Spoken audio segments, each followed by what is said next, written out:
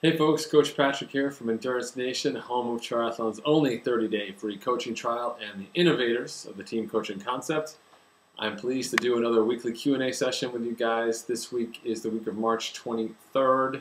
I got one good question this week. I definitely want more. So if you've got questions, please shoot an email off to weeklyqa@endurancenation.us. That's weekly, letter Q, the word and, letter A, at endurancenation.us.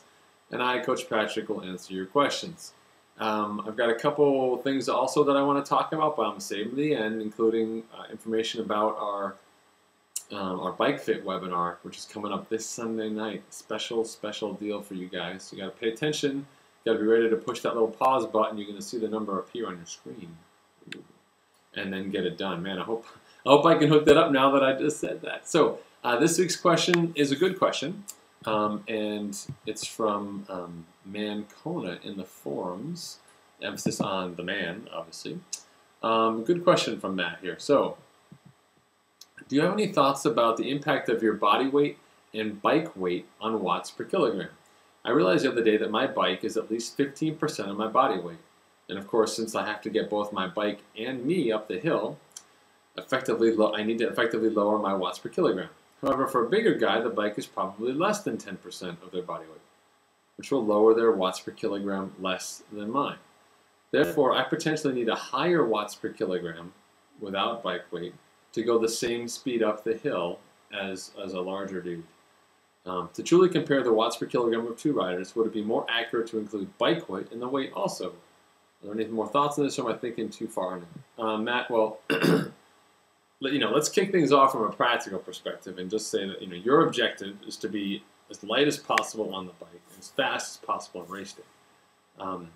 So everything that you want to do is to raise that watts per kilogram, and the easiest thing to do is obviously check your bike and make sure it's super light. And you see those people on race day with like 5 bottles on there and 27 gels, and that they've got a beautiful bike, but it now weighs 30 pounds because they got all the stuff on it. So obviously monitor the weight of all the stuff that you put on your bike and make that bike as light as it can be. Same goes for you. How light are you now? It sounds like if your bike's 15% of your weight, that you're a relatively light guy. How light can you get, between now and race day when it really matters? Can you take that weight off when it counts, etc.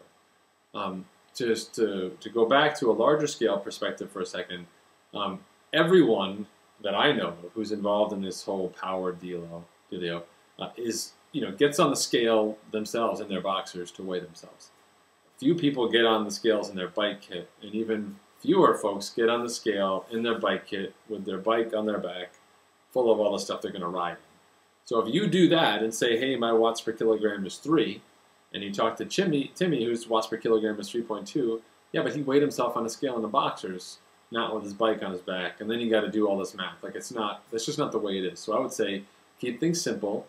Do everything that everyone else does and compare yourself that way, and then go ahead and start poking around on your bike, etc., to see if you want to make it lighter.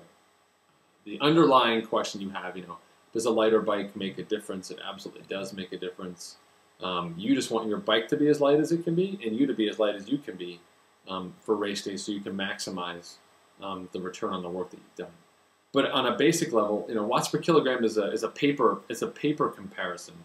You don't roll up on someone and be like, hey, what's your watts per kilo? You might ask them what their FTP is if they've got a power meter, and that's a way for you to ballpark their strength relative to their size, as you can see it right there on the road next to you. It's just another data point for us to make an assessment. But if they start throwing around, watts per kilo of X or Y, you've met a fellow geek for one, but it's as you pointed out, in this case, it's not particularly relevant. I mean, you're talking a 5% difference between my bike weight for me as a big guy and you bike weight for you as a small guy. But I could be my scale could be off. My bike, when I weighed it, might have been lighter than my bike is now on my training ride. Maybe I weighed myself in my boxers. You weighed yourself in your full kit. There's so many different variables and nuances to that number that it doesn't quite make sense. And at the end of the day, they're 5% difference in terms of the ratio of the bike weight, etc. is just not that important.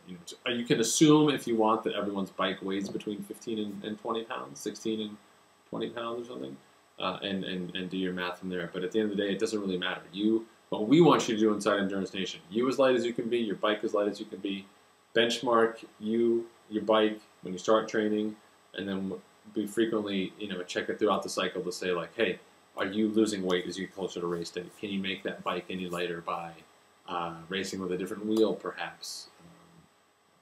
Maybe swapping out the front water bottle holder for just 2 bottles on the down tubes, and you're not worried about anything else. Whatever that changes for you. But to get too deeply into it is to make it more confusing than I think at the end of the day it really needs to be. So hopefully that's helpful. Hopefully you're happy with your watts per kilogram. It sounds like you're a pretty light guy, given how you've written this post. So you're not going to find too much sympathy from us big dudes when my bike is a lower percentage of my overall weight, since I'm so big. But I hope that helps. So anyone else, please fire away the questions. Weekly Q&A at EnduranceNation.us, and I, Coach Patrick, will answer them for you. So switching gears now, talk about other stuff coming up. Rich just today recorded a podcast with Linda Wallenfels, who's an elite coach, does a lot of mountain bike and also triathlon coaching, about St. George, Utah, and the new Ironman that's down there. So very cool stuff going up on the blog, and probably soon to be a podcast on Facebook as well, so check that out. We just did a webinar today, did intake on a couple new members to Endurance Nation, so that's always exciting to bring in new people. That noise right there means I have to put my chicken in the oven for dinner, but you didn't need to know that. So then the last and most important thing, aside from my dinner, is the fact that we're doing our Bike Fit webinar on this Sunday, March 29th, 8 p.m. EST. And I want you guys to be there. You guys, if you're watching this video or listening to this as a podcast for this long, then you're an insider and you deserve to be there. Unfortunately for you on the podcast side, I can't spell what the link is to get in, but I'm going to put it up on the screen, so you may want to go back and watch the video.